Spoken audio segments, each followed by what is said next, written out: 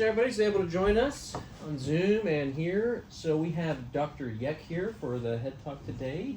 She is a clinical psychologist in Walker, specializing in people with cancer and who've undergone transplants, and is here to talk about what I think is a really interesting topic that we don't really get too much about. I know I haven't. Yeah. So I'll let you take it here. Sure, thanks. And thanks to everyone to be with me this Thursday lunch, half hour with me. So yeah, like Dr. Steele mentioned, I'm a clinical psychologist, specialized working with transplant patients and cancer patients. I don't do hypnosis actually as much as I did before, but I still have like 1 or 2 cases that I still do hypnosis with. So I'm here to kind of talk to everyone about clinical hypnosis, hopefully kind of remove a little bit of the shroud of mystery around it. I do not plan to teach anyone to do hypnosis within 20 minutes.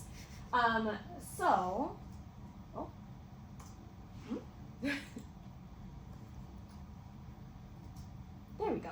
Okay, so kind of a quick free word association here.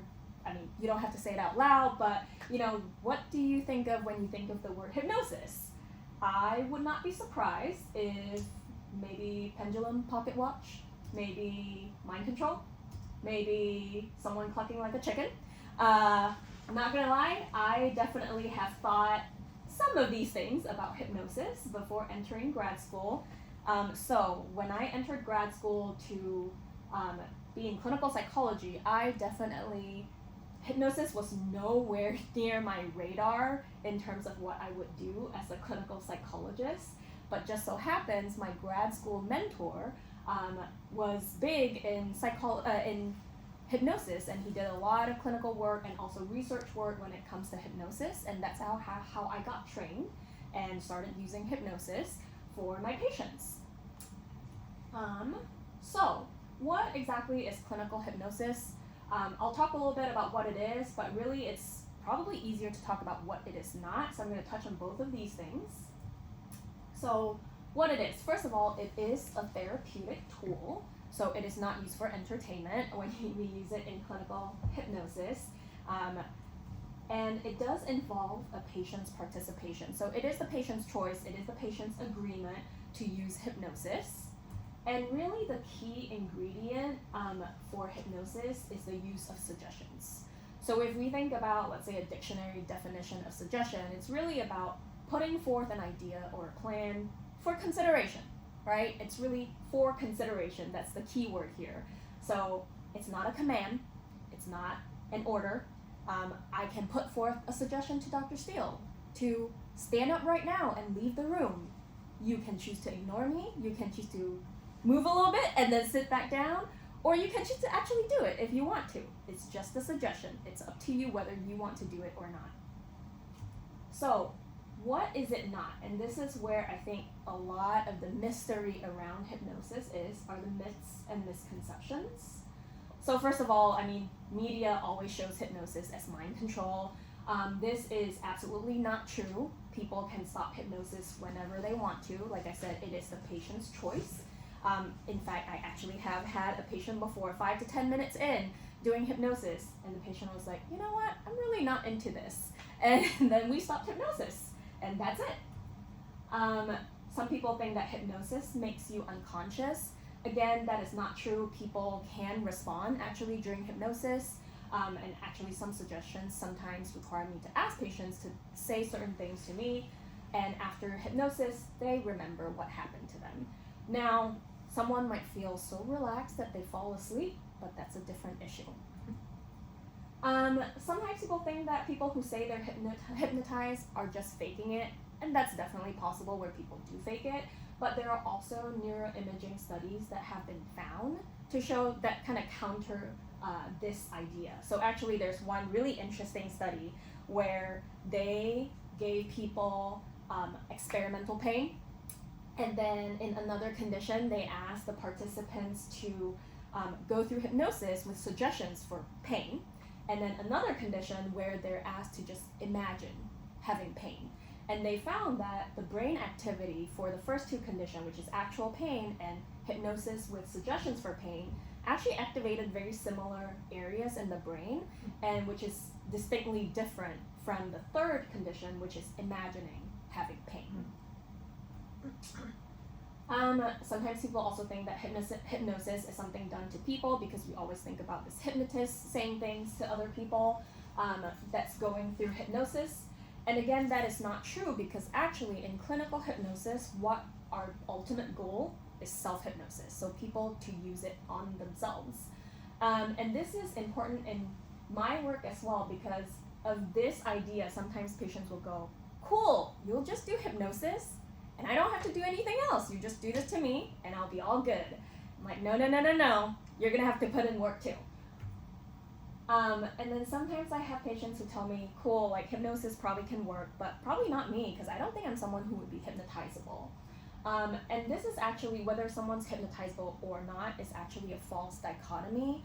Actually, how hypnotizable someone is actually a bell curve. So yes, there are going to be very few people who are not going to be very hypnotizable. There are some who are very, very hypnotizable, but really most of us fall somewhere in the middle. Sometimes we might see stage shows that say, okay, you're this very intelligent person, so you must be very hypnotizable. Or some people may think, outside of stage shows, they might think, okay, only weak-willed people would be hypnotized. And again, this is not true because research has shown that really there's no personality characteristics that's correlated with, that's really any significant correlation with hypnotizability. Some people might think there is a right way to experience hypnosis, so what I usually tell patients is, in fact, the only wrong way to experience hypnosis is to try to find the right way to experience hypnosis. There are so many different ways for people to experience hypnosis, and we all have our differences, and usually trying really hard to feel it or experience it in a certain way can actually backfire. And then finally, some clinicians, and I definitely was one of them initially, thought that hypnosis is actually going against evidence-based treatment, for example, CBT. And actually, as time goes on, hypnosis is less and less used as a standalone treatment, and in fact, hypnosis is often used as an adjunct to kind of deliver, for example, CBT. So, what is clinical hypnosis used for? It's important to note that hypnosis really before the use of general anesthesia, hypnosis was really the main pain control for guiding people through medical and surgical procedures. Kind of freaks me out too when I think about that. But because of that, most of the studies that have been done on looking at the efficacy of hypnosis is when it comes to pain and distress related to medical procedures. A lot of studies have been done, and all the citations here are all meta-analyses. So several meta-analyses have shown that hypnosis outperforms control conditions when it comes to managing pain and also distress related to medical conditions. When I say control, it's no treatment, wait list, treatment as usual, attention control conditions. There are some studies, meta-analyses, that have looked at hypnosis for the use of weight loss, depression, and irritable bowel syndrome, and there's some evidence that show that they outperform control as well. Also for sleep, PTSD, and hot flashes, but there are not a whole lot of studies when it comes to these conditions. A meta-analysis in 2021, and actually this is an update meta-analysis, I think the original was sometime in the 90s, that looked at hypnosis as an adjunct to CBT, and has found that hypnosis as an adjunct to CBT outperforms CBT alone when it comes to managing pain, weight loss, and depression. But ultimately, I would say there's really very limited studies when it looks at head-to-head comparisons of hypnosis versus active control or active interventions. So I would never tell a patient, for example, oh, hypnosis is definitely better than CBT when it comes to managing pain. So how does it actually look like in therapy? So if a patient tells you, I'm doing hypnosis, it might be good to know what it looks like. So I have this image of a capsule here is because I kind of think of hypnosis like your pill capsule. It's a capsule that holds some of the ingredients of your medications. So if, let's say, I'm delivering CBT, right, hypnosis is a vehicle that helps me to deliver CBT faster to my patients. And so if I think about therapy, kind of zooming out what the process looks like, it's not that different big picture wise compared to, let's say, doing CBT. So you're going to start off with a diagnostic interview, right? You really want to make sure to build rapport. You want to figure out what's the patient's treatment goals. And then you come up with a treatment plan, right? So if, let's say, I have a patient who's here for pain, and then from my diagnostic interview, I go, you know what? They tend to catastrophize whenever they have pain. They tend to overdo it when they have a good day, and then they crash, right? They're not sleeping well. These are the things that I'm going to target. So when I talk to them about the treatment plan, I'm going to talk about these things. I use CBT to treat these things. And then I can say, well, I can also use hypnosis to reinforce some of these things. And then when it comes to the therapy sessions, if you're using hypnosis, a big part is really debunking myths about hypnosis, kind of like what I did, hopefully, earlier. You might have a session or sessions that actually use hypnosis, and my next slide will kind of give you an idea how that looks like. And then it doesn't mean that you don't do other things. So for example, if you want to do ABC worksheets or thought records, cognitive restructuring, you can still use your therapy sessions to do that.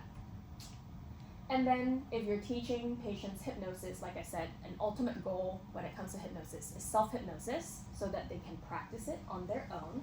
So one of your sessions, for example, might be focusing on teaching them self-hypnosis. So when you do hypnosis during a therapy session, how does that look like? Well, first of all, I'm going to prepare the patient for hypnosis. So what that means is it really works best when it's individualized. So I tend to include visual imagery during my hypnosis. So I might ask them, if you want to go to a safe place today, where would you want to go? They tell me the beach, whatever it is. I'll ask them for, details, probably like how you would do with visual imagery. What's the color of the sand? What do you hear? Yada, yada, yada. Then I will tell them what to expect. So later on when we do hypnosis, I'm going to ask you to close your eyes.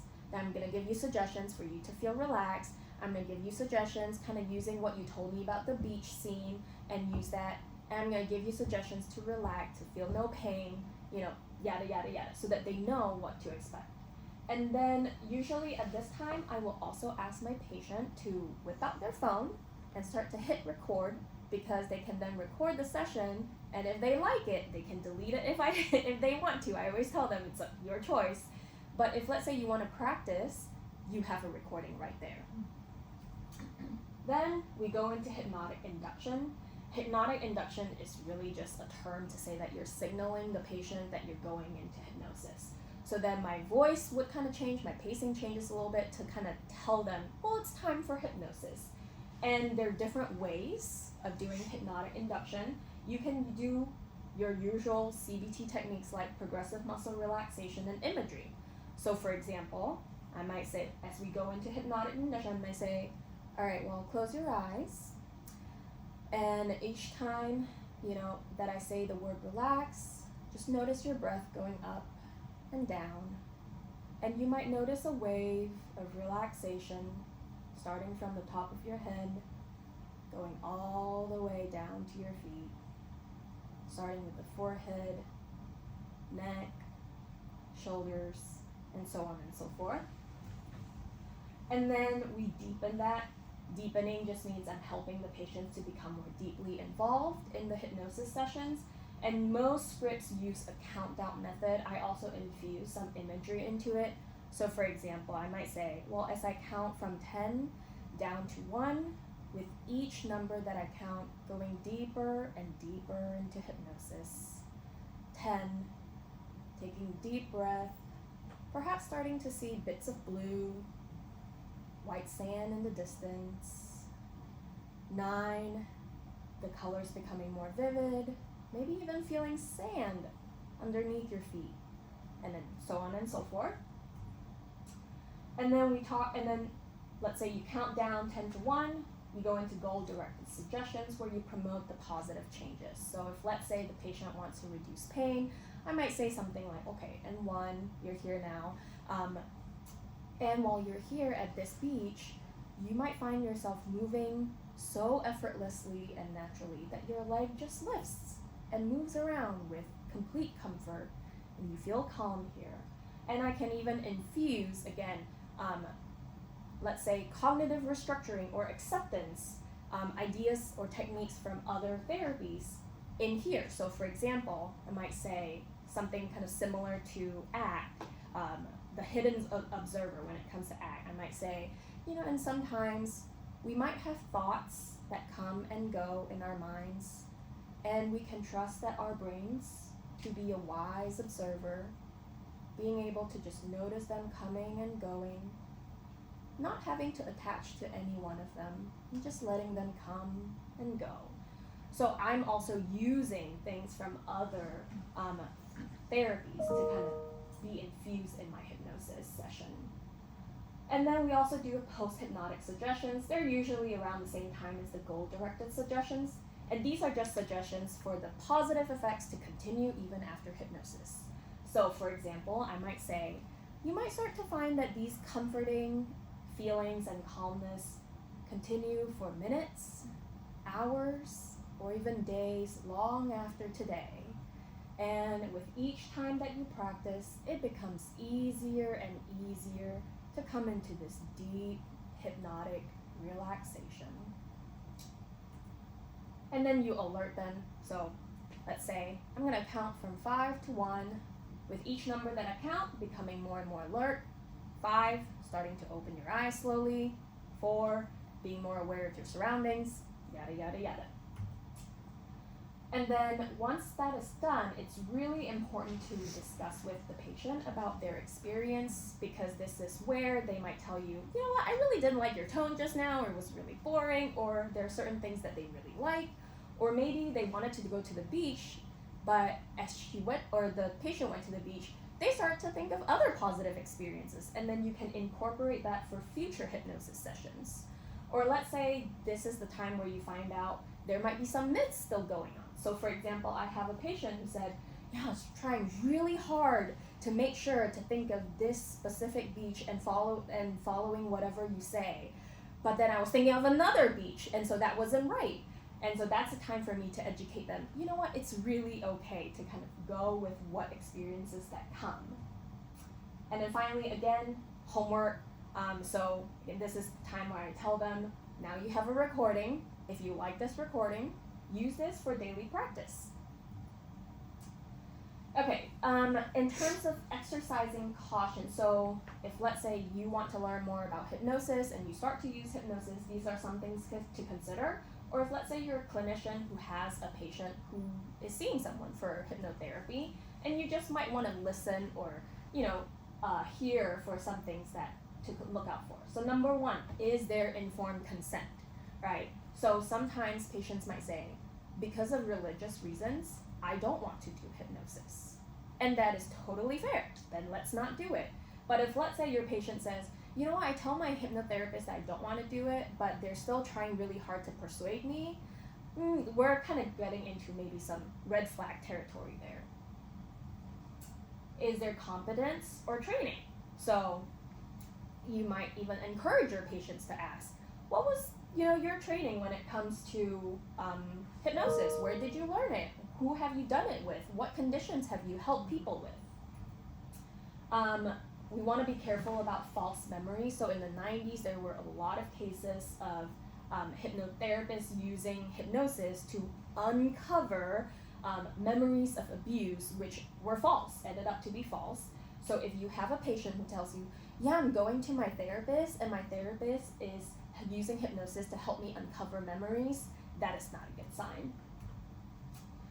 And as therapists, we really do not want to use hypnosis to treat conditions if we don't have other forms of treatment for that condition without hypnosis. So if let's say a patient says, I'm seeing this therapist using hypnosis for pain, but the therapist does not have any other treatment in mind to help with pain if they're not using hypnosis, that's again not a very good sign.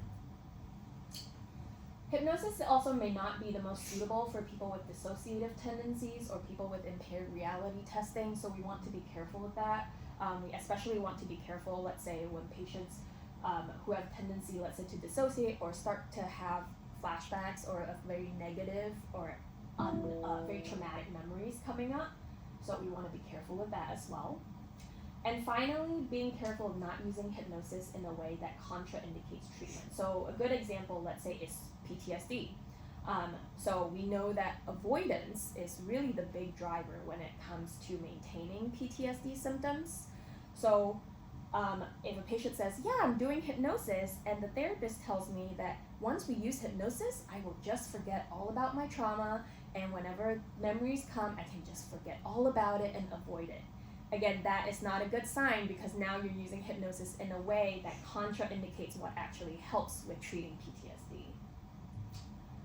So, 20 minutes, don't have a lot more to say, so if you want to learn more, here are lots of, different kinds of associations or societies that you can turn to. There's Division 30 of the American Psychological Association, there's SESH, there's ASH, I believe ASH, which is ASCH. I believe ASH has directory for you to find people who are certified with them. There's the National Pediatric Hypnosis Training Institute. And finally, I want to just put a plug. I mean, I am not being paid by them or anything, but Mount Sinai actually has a grant-funded program to offer a completely free online training in teaching people to use hypnosis for cancer pain. It is offered, according to their website, only for providers who work with patients with cancer, especially patients with cancer pain. So that's a really good resource, and again, it's free, completely virtual. I've used it myself and thought it was really great. But I think I'll stop here so that people can ask questions. Thank you, Dr. Yek. Let me see if there's anybody in the room or online that's. How can? Hey, this is Brian, social worker. I have a question. Yeah. Hey, loud and clear, Brian. Hey, perfect. So this is really fascinating. I'm so glad to hear this presentation today. There's one piece that I guess I'm just not clear on. From what you described, it sounds very similar to what I think I would just call guided meditation. And I wonder, is this something that I've been doing all this time, and I'm just using a different word for it? It is possible. So the main thing again is, I would say the key ingredient is the use of suggestions. So sometimes, guided imagery usually involves a lot of suggestions for relaxation. I would say that when I use hypnosis, it's more than just relaxation. For example, it's reinforcing them to use other, let's say, activity pacing for pain, for example, or helping them to pay attention to their thoughts so that they don't catastrophize when they have pain. There's also some research showing that the label hypnosis actually helps in the sense that there was one research study that looked at people going through the same procedure, but one was labeled as hypnosis and one was labeled as relaxation, and the positive benefits were actually greater in the one that was labeled as hypnosis. So part of it is also the expectancies when you use the label hypnosis. Okay, I appreciate that. For some reason, if you would have had me guess which of those two would be more effective in terms of the language, I think I would have just naturally guessed the other because of the preconceptions of what hypnosis is. I find that really interesting. Thank you so much. I really appreciate it. Of course.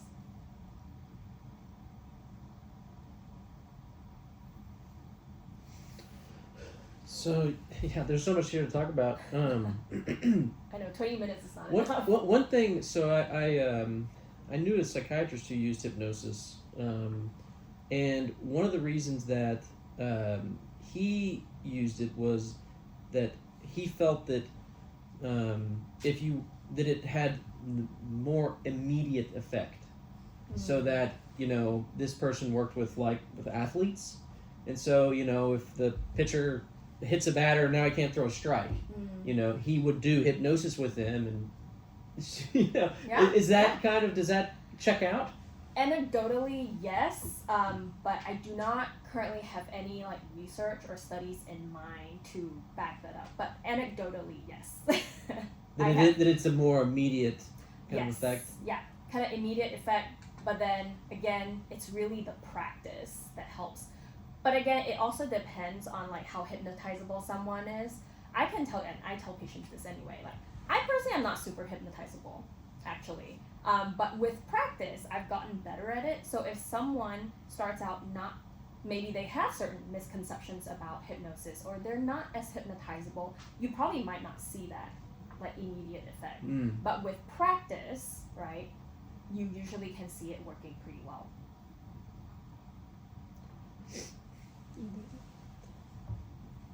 Could you, I'm also, in terms of like the anecdotes that you have, I would, if you could kind of give an overview of some, you know, of some cases you've seen where the hypnosis really felt like the intervention that was most helpful for them in your experience. Yeah. So I've mainly used it for pain.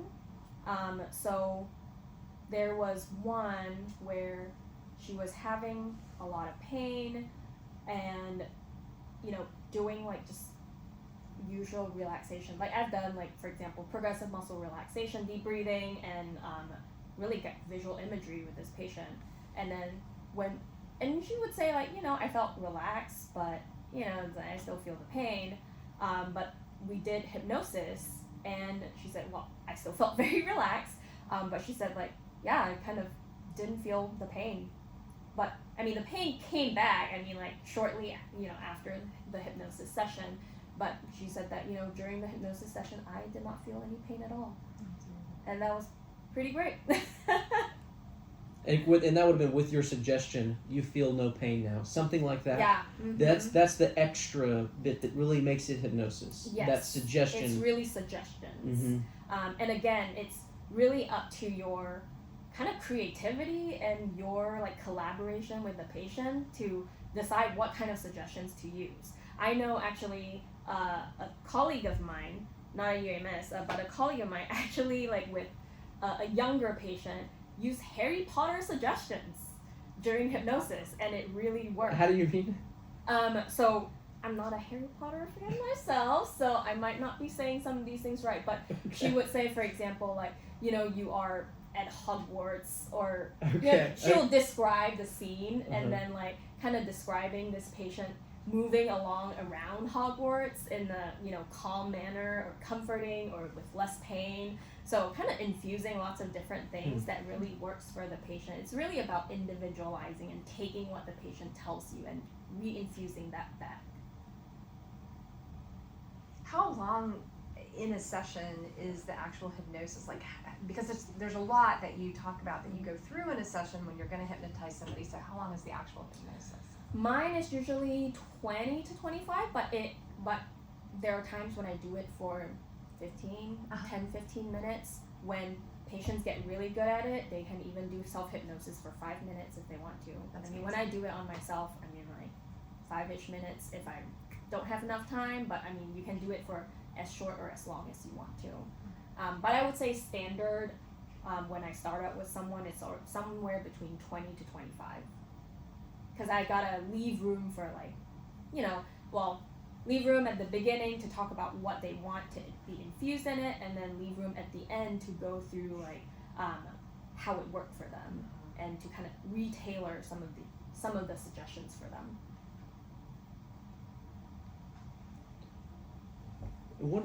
Maybe one last question. Sure. Unless would be, so this has been around a long time, and it's clearly potent. It does something. Yeah. It also seems like, you know, the fact that our presentation is demystifying and making awareness, it's kind of, we've lost it to some extent. And so I'm just curious about your thoughts about that and what we can do to make sure that it doesn't become extinct, and how it can be kind of kept alive in some way. What do you mean become extinct? Like to where nobody knows how to do it. Like, you might be the only person here, I don't know, who Right. knows how to do hypnosis. Uh-huh. So you can tell us about it. Yeah. There might be places where there's nobody who does it. Yeah. So I think it might, I mean, now with more research and I guess more people being open-minded to presentations like this, I think that really helps. I also think this is why I'm also plugging the Hypnosis for Cancer Pain a lot, because I think that's a really great way to bridge the gap between, you know, knowing that the potency of hypnosis and the gap of like really not, like kind of like you said, not many people are trained in hypnosis, and I think that Mount Sinai is actually doing really great work to kind of bridge that gap. Yeah, I don't know, apart from like kind of having just supervisors supervising trainees to do that, and graduate school involving more training, but I think now I don't see a lot of graduate school actually training people in hypnosis. So I think, you know, whatever ways we can demystify it and make hypnosis training more accessible, that's great. And again, that's why I plug HCAP so much, because I just think it's a great program. In that grant and that program, so a clinician can get training through that? Yeah. To do it? That's Yeah. specifically for cancer pain? Yes. Uh-huh, okay. Yeah. And I believe when I signed up, they did ask, like, you know, how often do you work with patients with cancer? And yeah. Mhm. So they do ask about that. I'm not as familiar or know about other training programs for other conditions or symptoms. Okay. Well, thank you very much, Dr. Yek. That was really wonderful. Of course. And thanks to, you know, the folks who are able to join us. If there are talks you want to hear, you know, email me or Dr. Wilbanks or anybody on the education committee we can see about getting talks on things you're interested in. Okay, thanks. Thanks. Thank you.